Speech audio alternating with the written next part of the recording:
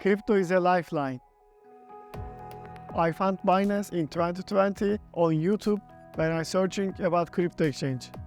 I learned all about crypto products and services.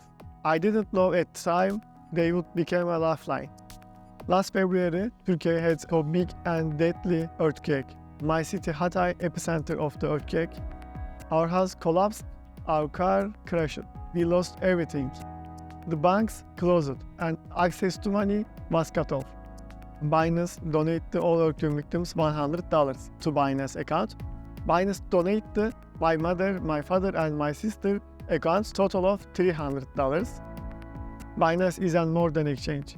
Binance is friends, Binance is family, Binance community with us in our good days, in our bad days. None of us will ever forget that.